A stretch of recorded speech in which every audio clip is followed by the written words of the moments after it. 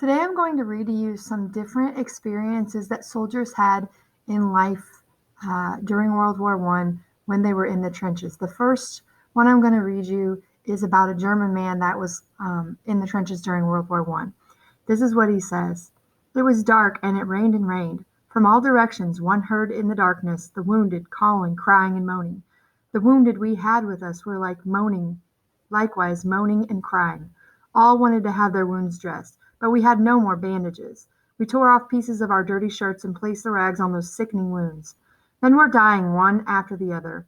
There were no doctors, no bandages. We had nothing whatever. You had to help the wounded and keep the French off at the same time. It was an unbearable, impossible state of things. It rained harder and harder. We were wet to our skins. We fired blindly into the darkness. The rolling fire of rifles increased, then died away, then increased again. We sappers were placed among the infantry. My neighbor gave me a dig in the ribs. And the next excerpt is from Private Pollard. He said, "The trench, when we reached it, was half full of mud and water. We set to work to try to drain it. Our efforts were hampered by the fact that the French, who had first occupied it, had buried their dead in the bottom and sides. Every stroke of the pick encountered a body. The smell was awful." Another encounter from Guy Chapman said, "No washing or shaving here, and the demands of nature answered as quickly as possible in the handiest and deepest shell hole."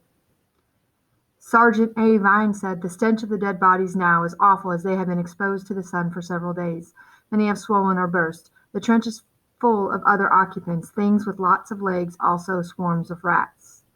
Charles Young said, "The other one said to me, 'Chaz, I'm going to go home to my wife and kids.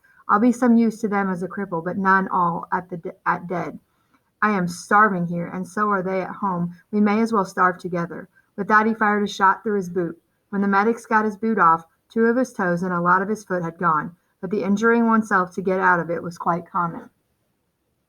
Henry Gregory said, "The other soldiers in the hut took their shirts off after tea. They were catching lice. We had never seen a louse before, but they were in draves. The men were killing them between their nails." Richard Beasley said, "All we lived on was tea and dog biscuits. If we got meat once a week, we were lucky, but imagine trying to eat standing in a trench full of water with the smell of dead bodies nearby." And the last one was from Sergeant Harry Roberts.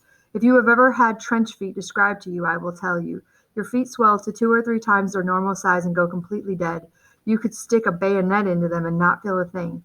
If you are fortunate enough not to lose your feet, and the swelling begins to go down, it is then that the intolerable, indescribable agony begins. I have heard men cry and even scream with the pain, and many had to have their feet and legs amputated."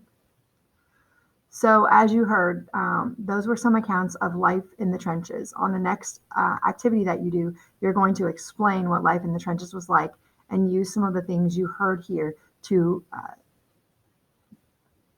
explain why you chose how you felt about life in the trenches.